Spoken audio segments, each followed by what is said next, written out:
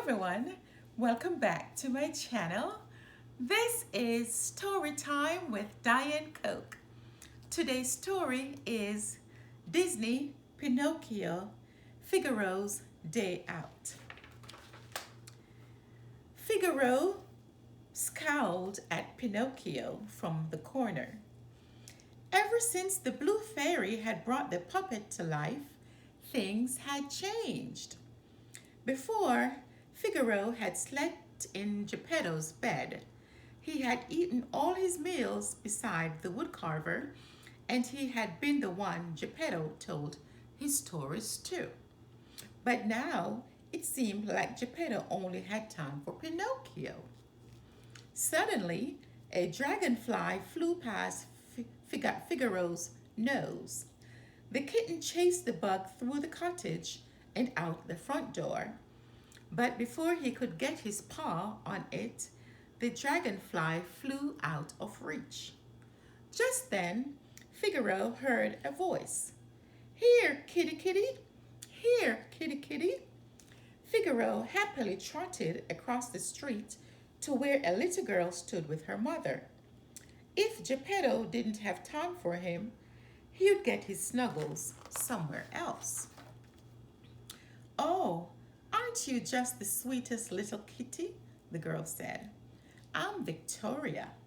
I wish I could keep playing with you, but it's time for me to go home." Giving Figaro one last rub between the eyes, the girl stood up and she and her mother walked away. Keeping his eyes on the girl, Figaro followed behind, weaving down street after street.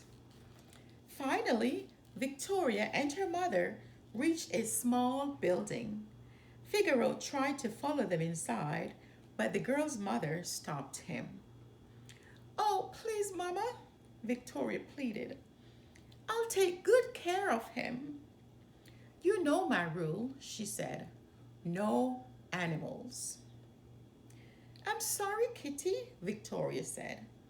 "I'm not allowed to have pets. You go on home now." Figaro looked around. He had been so focused on following the girl that he hadn't paid attention to where he was walking. He realized he had no idea where he was. Nothing looked familiar. How was he going to find his way home if he didn't know where he was? Figaro began to walk, but soon it started to rain. Figaro thought about the last time he had been so wet. He had been outside playing while Pinocchio and Geppetto did their shopping, when suddenly it had started to rain. By the time the two got home, the poor kitten was shivering. Pinocchio had carried him inside and dried him off with a warm blanket. Suddenly, the little kitten's stomach began to grumble. It must be dinner time. A little way down the road, Figaro spotted a market. Looking up at a fish seller, he meowed loudly, but the man just swatted him away. "Off you go," he said, brushing Figaro aside with a broom. "Find your food somewhere else." Figaro's stomach growled again. It seemed that he might be going to sleep hungry. At the thought of sleep, Figaro yawned. Perhaps it would be best to find a place to spend the night, but everywhere Figaro tried to rest was already taken. He was chased out of a dark alley by an angry cat. In the park, a pack of vicious dogs snarled and barked at him until he ran away. And under the bridge, he was hurried off by a family of ducks. Spotting an empty step in front of a shop, Figaro lay down and put his head on his paws. The little kitten began to whimper. He had never been so cold, so hungry, so tired, so lonely in his whole life. As he tried to get comfortable, Figaro thought of Pinocchio. Pinocchio had set up a nice spot near the fireplace for Figaro and even saved his allowance for a cozy blanket.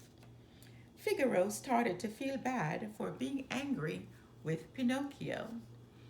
The next morning, Figaro awoke to the sound of someone calling his name. "There you are!"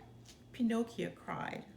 "Father and I have been looking for you all night." Suddenly, Pinocchio noticed that the little kitten was shivering. "Oh, you're freezing," he said. "Come along. We'd best get you home at once."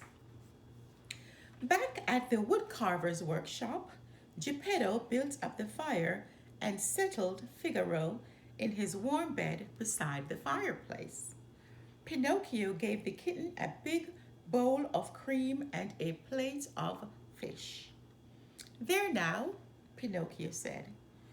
You should be feeling better in no time."